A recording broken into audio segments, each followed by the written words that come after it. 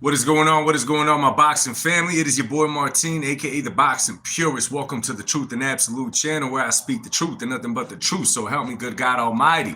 We got a topic tonight that is for sure to ruffle some feathers. Gonna have some different opinion, but you know what? We're gonna have some good conversation. Now let me get something to drink. I have to start cooking up in here, baby. Cooking.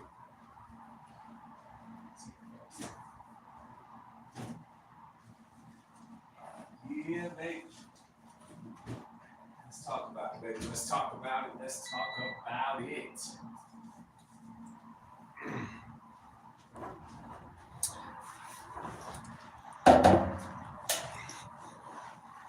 Settle, what's going on, my brother? Facts only. What up, bro?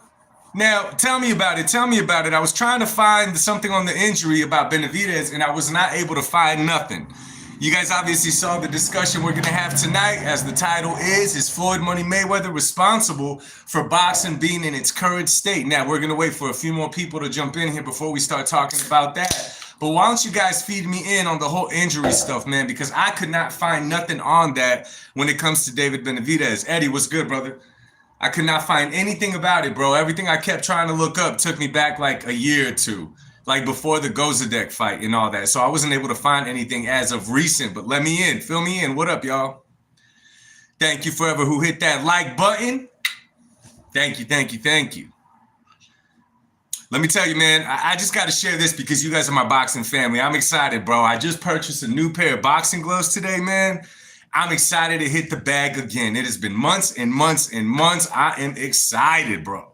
I just had to share that with you guys. You already know what it is, man. Thank you for coming into the live. Thank you. Thank you.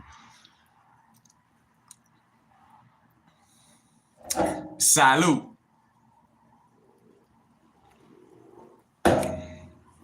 So we're getting more people in here tonight.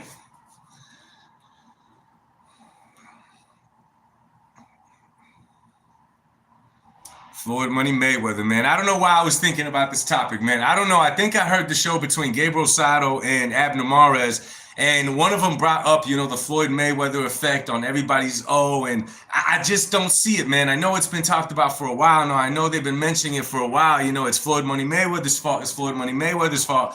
I personally do not see it being Floyd's fault, the reason that boxing where it's at, and I got a few reasons why I think that, and we'll get into that in a second. We got 10 people in here, but only one like button. Hit that like button. Subscribe if you're not subscribed already, yo. It's the Truth and Absolute channel, where I speak the truth and nothing but the truth. So help me.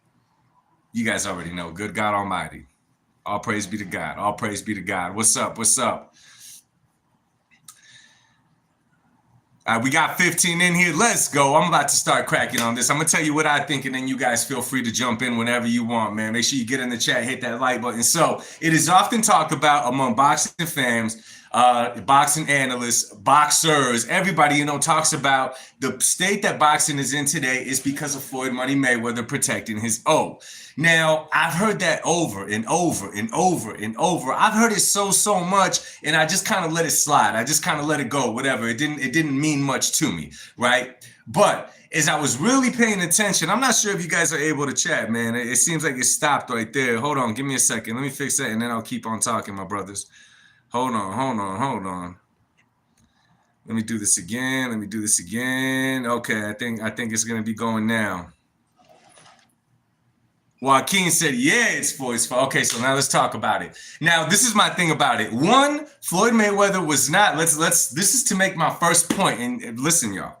To begin with, Floyd Mayweather was never a fan favorite. That's one thing that we got to say from the get-go. Floyd Mayweather was never a fan favorite. It's not like, everyone aspired to be like Floyd Money Mayweather. He was not that guy. People admired him because of his skills and stuff. Some people, the boxing community, as far as the fans, there was more people to paying to see Floyd Mayweather lose than to watch him win or to even fight inside of that ring. That's just the truth about it from the conversations I've had. Mayweather, you got to look at his whole career and the people that he fought. There came a point in his career, once he adopted the villain role, where Floyd Mayweather, that's when he turned into Pretty Boy Floyd into Floyd Money Mayweather, right?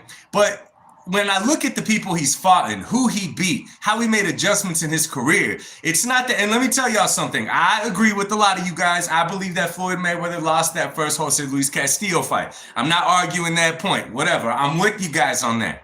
But what I'm saying is that I don't think that he had that much influence in the sport to where nobody wants to fight and everyone wants to protect their This is what I will say, okay? This is what I will say, because y'all got to remember, man, Floyd wasn't selling pay-per-views until after the Oscar De La Hoya fight. You know what I'm saying? I think before Oscar De La Hoya, he fought Sean Bay Mitchell. Before that, he fought Arturo Gatti, which were good fights. But at that point, people were not lining up to see Floyd Mayweather fight. He was not a draw just yet. He had to adopt the villain role. Now, once he adopted the villain role, right, he made it such a big thing. He made it just a show, not just a show, but he adopted the troll, the villain role, all of that kind of stuff, to where everyone just wanted to see him knocked out. Pretty much in that day, he was the Logan Paul, the Jake Paul of the sport. The only difference is that Floyd Money Mayweather was actually a boxer. Now, they picked fighter after fighter after fighter that they wanted to see beat Floyd Money Mayweather. The most popular amongst those, Manny Pacquiao. And let me tell y'all something. I know that the fight with Manny Pacquiao took way too long to make, and I'm with that idea that Floyd could have fought in him way earlier. Now, I will say this, though. Even if they would have fought in 10 years earlier, I think the fight itself would have been better. But I think that at that time, Floyd Mayweather would have been the first one to stop Manny Pacquiao than Marquez, because I think Floyd is smarter than Juan Manuel Marquez, and he would have caught on to how Manny Pacquiao used to kind of jump in kind of sloppy with that jab, and Floyd would have been the first to get him. The fight would have been totally different. It would have been a lot more action-packed, but I still think that Floyd would have got him. Now, this is the part where I think Floyd Money Mayweather hurt the sport, but it wasn't his intention, and he'll be the first one to say he doesn't like how these fighters move nowadays. Now, the paydays. Listen, you guys, it does not just happen in the sport of boxing. It happens in the NBA as well. I don't know too much about the NBA in current day, and other sports, not enough to talk about, but in the NBA, the second that they started giving these guys $50, $100 million contracts before they even step foot on the court. Michael Jordan made a comment about this in an interview a long time ago when they used to invest in NBA players. But when these players come into the league and before they even step foot on the court, they got a deal worth $40 million with Nike. They got a $10 million contract with Gatorade. They got a signing bonus of this many millions. These guys are multimillionaires. They haven't even dribbled the damn basketball on the professional basketball court yet. A lot of times they still will stay hungry because they want to leave a legacy. Other times they're like, I got the bag. I made it. Mama, I made it. That song by Jay-Z. And it's the same thing in boxing. Why do you think that these boxers nowadays, and I've said this in the past, they get popular on social media and hope that it translates into the boxing ring? And you know what the sad part about it is? Too often than none, it actually does transfer in there. Think about it. How else? And again, I don't mean to ruffle any feathers. This is how I see it. If you disagree, you disagree. It's all up, baby. That's why we're here to talk about it. But you got fighters like Tank Davis, right? You got fighters like, and I'm not taking away from none of these fighters I'm about to name. You got Boots. You got David Benavidez. I could go on and on and on. The list goes on and on and on. Even a lot of the fighters that we're excited to see and we call really good fighters, they got their fame on social media. Hell, Ryan Garcia. Ryan Garcia has a humongous following. I don't know how many followers he has on Instagram, TikTok, and all that, but I will say this. The majority of Ryan Garcia's followers are people outside of the boxing realm who will be at the barbecue ready to watch him fight. Don't get me wrong, but they don't follow the sport of boxing. They follow Ryan Garcia, right? Because everybody wants to get the bag. Now you got the Keyshawn Davises of the world. You got all these fighters in here trying to get the bag to start. They're no longer trying to stay busy to get their name out there. You know, it takes me back to like the 90s, the early 2000s, right? When people were doing music. And the way to do music in that time was you had to make a demo. You had to make a mixtape. You had to do something, and you'd have CDs. You'd go and you'd try to give them away. You'd hand them here. You'd try to get somebody to play them. You would try to go out there and put yourself out there in a way to get your voice heard. Now, these boxers, right? They got social media platforms. They step on someone else's social media You know, and these promotional companies with such a huge following, with like that Cormel Morton kid, they'll show him doing mitt work, bah, bah, bah, bah, bah, bah, bah. They'll show him doing mitt work. You read the comment section and people are like, this is the next big thing in boxing. This is the next Floyd Money Mayweather. This is the next boxing star. And I'm like, say what? Off of mitt work? I guarantee that a lot of you guys here, including myself, will make it look really good doing mitt work. It does not mean that inside the boxing ring we're going to be that good, but that is how they sell these fighters because they are chasing the bag. Now, Floyd Money Mayweather himself said these fighters today want to get millions from the get-go. They want to get millions from the get-go. They're not fighting inside that hard inside the ring like we used to fight. Y'all remember a young Floyd Money Mayweather, yo. He used to be in there throwing combinations. Floyd Mayweather used to bring the fight to you at times. Floyd was a dog inside that ring. And nowadays, we're just not seeing it. That hunger is slowly leaving and leaving and leaving the sport, okay? That hunger is gone. For the most part. I'm telling you, boxing is holding on by a thread. Perhaps with this whole TKO thing with Dana White, it's going to get a little better because it's going to be one belt per division. That might make it a little better because it's going to force everyone to face each other. But I think it's the money aspect, and I'm not talking about money Mayweather. I think it's money that ultimately killed the sport, if you ask me. And this is why I say that. You take a fighter, hold on, y'all. You take, let's say a Tank Davis, for example, right? If right now Tank Davis was offered $50 million, okay? Let's say that they offered him $50 million to go up to 147 to fight Terrence Bud Crawford. He would jump up there to fight Terrence Bud Crawford. He would not care about, he wouldn't care about his he wouldn't care about none of that. But why is that? Okay, why is that? Because they're getting so much money from the get-go that's what motivates them. That legacy part is gone. It's gone now. They want to get the bag. You know, I'll never forget, man, since we're on the topic of sports. Maybe 8 years ago, man, I was one of the last All-Star weekends that I did watch. I have not been able to watch, so it might have been even past that. It was a group of rookies. I forget for what team they played, but they stepped on the court to help one of their guys in the dunk contest. These guys showed up to damn All-Star weekend, and you would think that these guys were already NBA champions. How they carried themselves, how they were dressed, all of the above.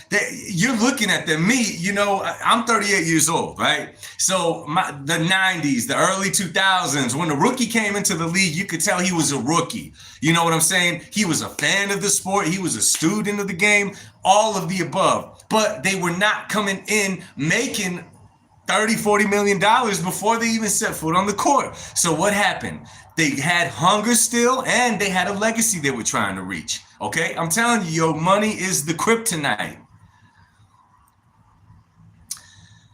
Let me see. Today's fanboys live vicarious through their favorite fighters. That's a really good point, Guru. That's a really, really good point, and that's very true, man. Almost like if they're a rapper, they're more celebrities than they are fighters. Let's just say that. Servicero says, these dudes want money made status without going through the pretty boy stage first. That's what, amen. Hey, Servicero, my dog, you put it really, really good, bro. You put it really, really good. Yes, they don't remember, man. Floyd Money Mayweather went through stages and stages and stages to have to get to where he's at. Today, I mean, I'm telling you, man, 10 fights in, they want to make 10 million. You know what I'm saying? They want to make 10 million already.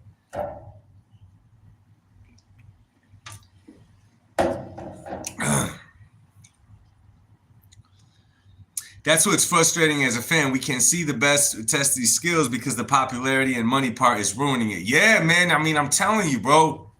It's like this, man. I think it was Charles Barkley that said it about the NBA, but I mean, we could translate this kind of talking into boxing. Pay them $200 a rebound. Pay them $100 a block shot. Pay them $100 a steal. Pay them $300 for a 30-point game. Pay them this much if they hold their opponent to so many points. If you do that, it puts hunger back into these players. Now they're playing for those contracts that they see their other players, the OGs of the game, get, and they get it. But now No, absolutely not. Yo, these guys got generational wealth before the first game. Hell, before the preseason, they got generational wealth. And you see it. You see it. Come on, man. Ben Simmons, Zion Williamson. I mean, you see it up and down in the sport. Look at Tank Davis, man. How often does Tank Davis fight? Has Tank Davis ever fought 3 times in a year? Maybe he has when way back, but I don't remember it. Hell, I have a hard time. I don't remember the last time Tank fought twice in a year. Body bags, how much did Morrell make in that fight? Give me 1 second, y'all. I got my lunch going for tomorrow. Hold on.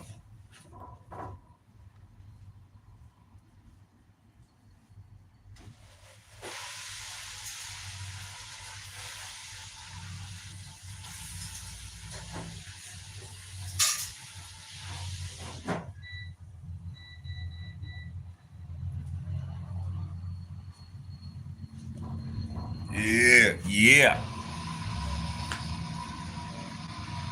Yeah, man. So unfortunately, that's what's hurting the sport, man. That's just my opinion. It's money, and I don't mean money Mayweather. Miguel, there can be better examples than Morrell, brother. He had a long amateur background. Guru, he said he's gone. Let's go. Eddie, man. Eddie's letting Tank have it. He said Tank fought more than 2 times when he didn't have to put greased lightning in his braids. Oh man. Jonathan, what's good, brother? What's good? We're talking Floyd Money Mayweather, man. Everyone's giving their take. Is it Floyd Money Mayweather that ruined the game of boxing, or is it money on all its own without the Floyd before and the Mayweather after it?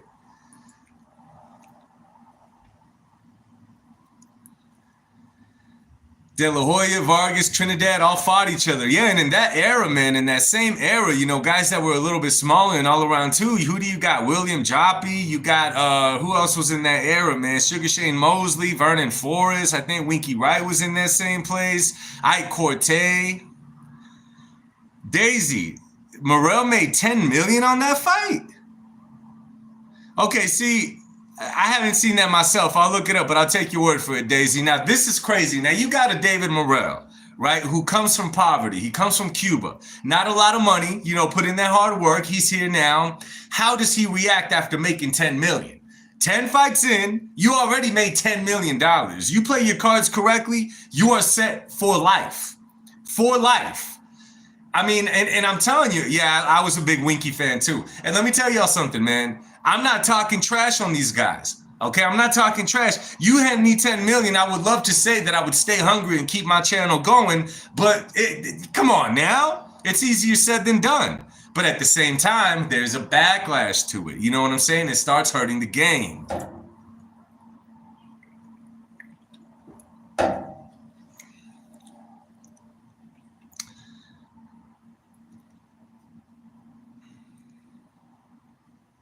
Miguel says, but you have to be very good to be in a big fight with a star like Benavidez. You don't get that good from 10 fights. You get that good from putting the work for a long time like he did. Yeah, he's a stellar boxer. He's a stellar boxer, you know. But now, Miguel, do you put Benavidez at an elite level already? Just asking.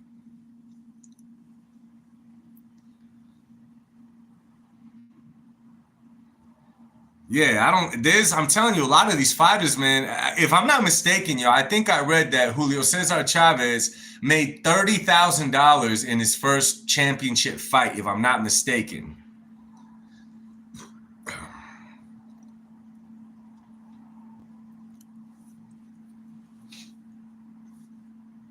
What up, y'all? Welcome to the live. If you're not subscribed to the channel, please make sure you hit that subscribe button.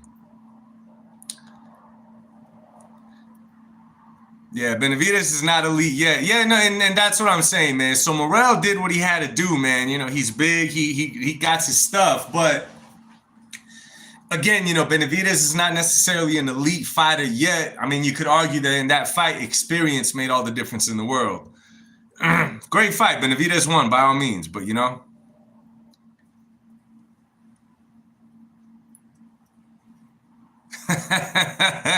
Jonathan, that's funny, man. What's up, nephew? Honestly, don't blame them for getting the bag because look at the fighters the past who are homeless, broke, nothing to show for the war. No, I get what you're saying, Eddie. I mean, I'm happy that they get the bag, right? I'm happy that they get the bag. But at the same time, man, you know, there's fighters that still got money and there's fighters that don't. And that honestly, you can't put a dollar amount on that because you got fighters now, you got athletes now that made 100 million in their careers and they're broke now. You know, that's not a money issue, that's a spending issue. But, you know, and I get it, man. You know, these guys put their life on the line. I get it. They deserve a bag. But there comes a certain point, man, where that bag just kills all the ambition. You're no longer trying to get the legacy. You know what I mean? All right, yo. So I've heard this a few times already. I have not. If one of y'all could you send it to me, man? Because I tried to find something on Benavidez' injury and I could not find nothing on it at all.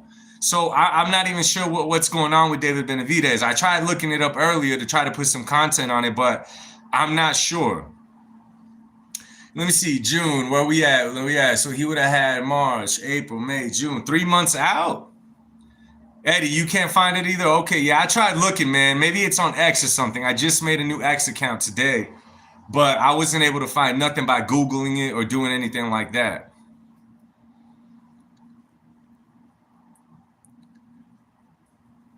I read an article. Okay, yeah, I'm trying to see what's up with it. So Guru, see, you know, and Guru, I think the same way, brother. I think the same way, and maybe, you know, maybe it's petty on us, but I'm the same way, man. If you get a bag, whatever, you got 100 million, 200 million, good for you, whatever. Do what you got to do. Eat steak every night for the rest of your life. Drink nothing but, you know, Perrier waters, whatever. My thing is, you call yourself rich. Don't call yourself the man at the top of the sport. Don't do that. I think that was my biggest thing with Tank Davis, man. That's why I went like on a tangent of Tank Davis there for a while because I'm like, bro, stop calling yourself good, this great, this and that. You have not proved it yet. Yeah, Triple G was a throwback fighter though. Triple G and he stayed active. Triple G stayed active.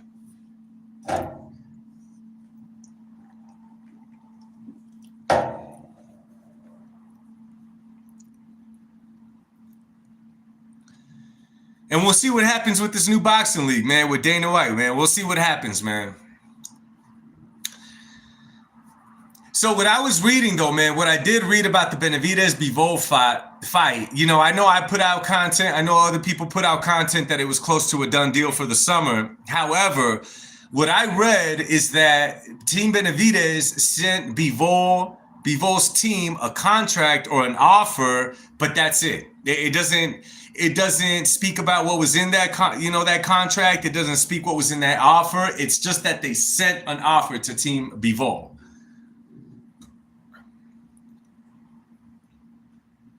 Daisy, no, I have not seen at all. No, that was overshadowed by the whole oh, cool, Servicetto, appreciate you, bro. No, you know, after the Tank Lamont Roach fight, everything was just about, was it a knockdown? Was it not a knockdown? That's all that it was pretty much. That's all that it was pretty much in. Yeah, I just got that, Servicetto. Thank you, brother.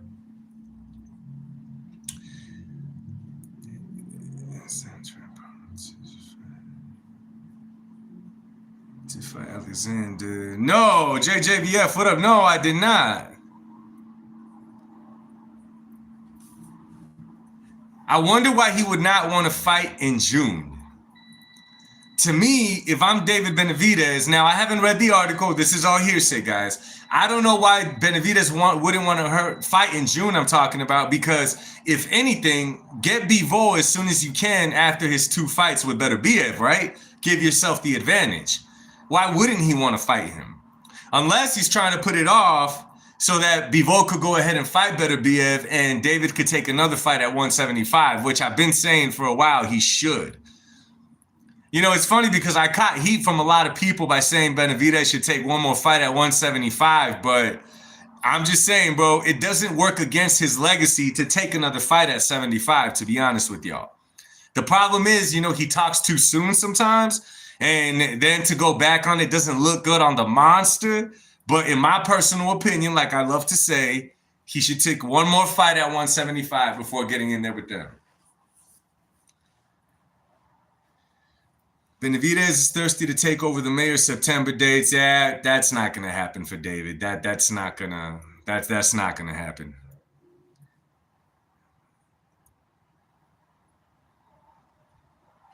Or Benavidez is trying to put it off because the WC has a deadline and there's, oh my gosh, Nando Ramos. I hear Benavidez talk about the sparring sessions against Bivol, but I doubt Bivol took it 100% hard. Well, Nando, so this was the thing about that, Nando, and I'm glad you brought that up, man. So David did talk about that, and the two stories align really good.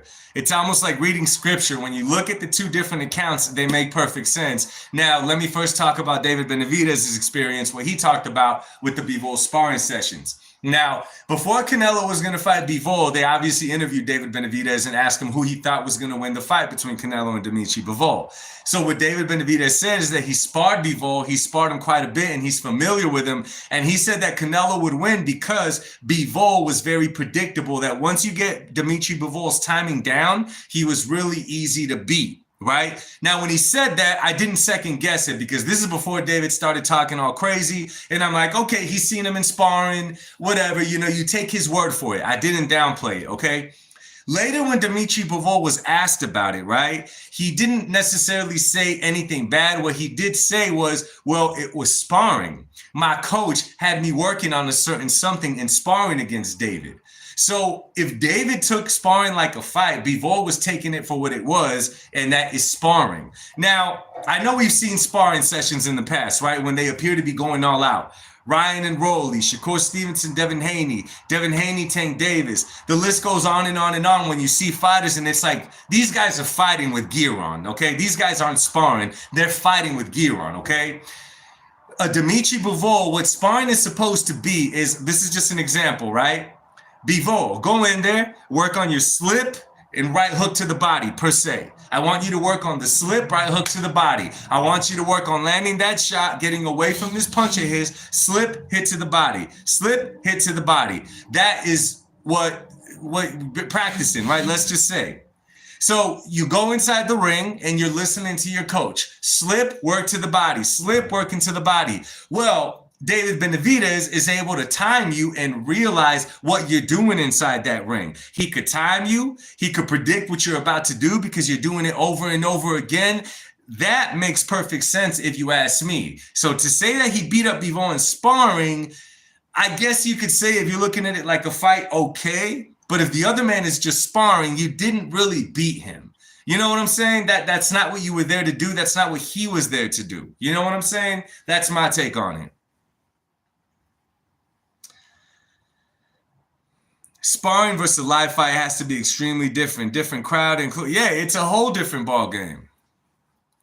QT, Bivol beats David either way. He's there to be hit, and Bivol's predictable behind the jab. Yeah, I agree, brother. I agree. At this stage, man, Bivol is on a whole nother level, man. On a whole nother level. Jonathan, I think Nando confused Triple G with Dimitri Bivol. I think that's what it was, brother. Yeah, man. Make sure, man, if y'all not subscribed to the channel, make sure that you hit that subscribe button, hit that like button. It makes the live go round and round and round. But we'll see what happens at 175, yo. We'll see what happens at 175. We'll see what happens. We'll see what goes on. We'll see what happens next, yo. Carlos, what's good, sir? I know that PBC, though, is trying to make a big fight, yo. PBC, from what I hear, is big money in the hole. Big money in the hole, man. I'm talking, the numbers that I saw was multiple hundreds of millions of dollars in the hole. So, facts only, I did not watch it, man. I'm not used to fights not happening on Saturday nights, my man. Miguel 22, do you think Canelo versus Bivol 2 would be very different? Miguel, okay, let's talk about that. So I think it would be different. I mean, I think it would be different. And this is why. Excuse me. And this is why, yo. In the first fight, it's no question at all that Bivol's style, his size, was going to give Canelo hell. I mean, from before the fight, if you were familiar with Dimitri Bivol, if you're familiar with Canelo Alvarez, you knew that Bivol was going to give him hell regardless because of the way that he fought, because of his size, because Canelo was jumping up to another weight class that he's already too small for his current weight class at super middleweight 168 pounds, right? But Canelo for the Dimitri Bivol fight, and may I add in there that the plans were to fight Bivol and Beterbiev after.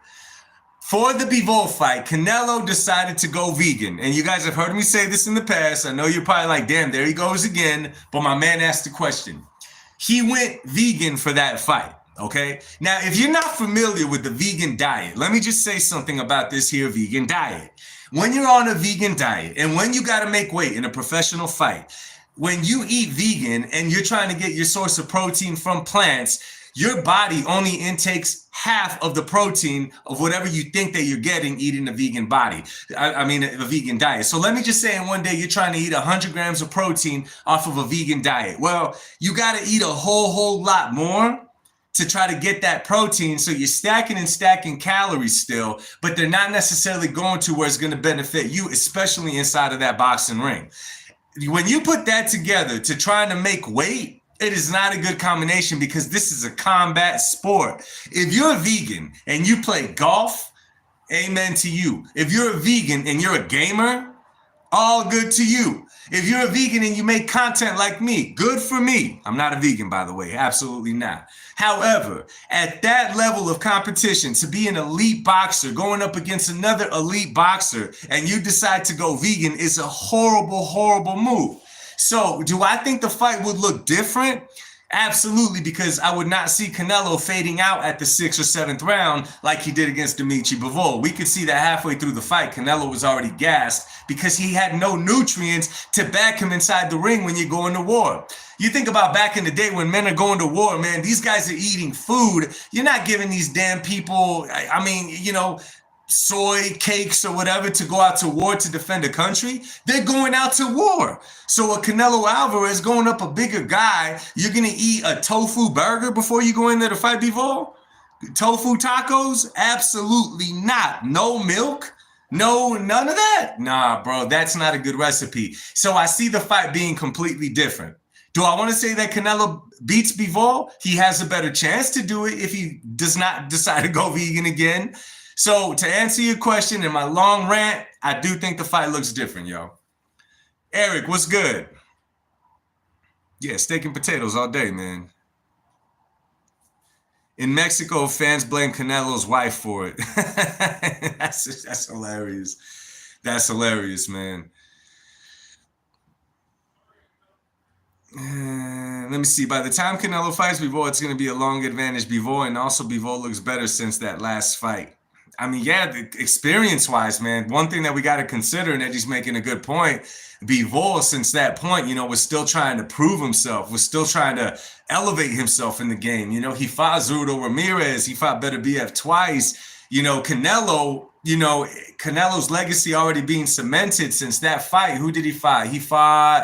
I believe he fought Triple G, he fought Jaime Munguia, he fought John Ryder, he fought Edgar Berlanga, and he's getting ready to fight William Skull. So although they've both been active, the level of opposition have been totally different. However, Dimitri Bivol has definitely endured more pain, more shots. He's been through a little bit more rugged stuff since that time. But I mean, hey, I would like to watch it again. Why not, man? To see someone like Canelo who does not have to challenge himself, I mean, it's a good thing. Probably had good times with his wife having vegan food, but it cost him yeah, no way. Yeah, you know, the fact that he was going vegan, man, I'm telling you, man, it changed everything. It changed every single thing, man. And y'all got to think about it. Moving up in weight, eating nothing but plants and tofu, man. You know what I'm saying? Like, no. I couldn't even imagine that, bro. I'm like, I like vegan on the side of my steak. Yeah, you know, hell yeah. Put that salad on the side of my steak all day. All day. Almond milk, yeah, mixed with regular milk and protein powder, you know what I'm saying? Where did Canelo train for the Bivol fight? I am not 100% sure, man. I know he trains in Big Bear quite a bit, but I'm not 100% sure, man.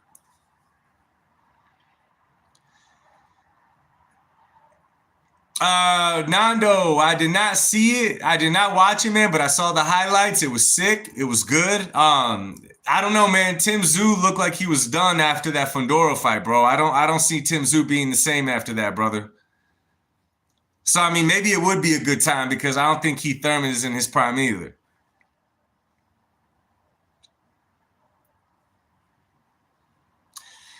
Anyway, y'all, I'm about to wrap it up now, man. It's been a long day, and I gotta be up at 3:30 a.m. I hope not, Daisy. One time, sometime, and I gotta be up early in the morning to go to work, y'all. But thank you guys for chilling with me tonight. Be on the lookout for more content tomorrow. I'll definitely be looking into the David Benavidez situation and seeing what's good with that. And I'll keep y'all informed, man. Nando, you take it easy, man. God bless y'all, man. Have a good night, and I will speak to y'all soon, man. Y'all be easy. Thanks for chilling with me. Peace.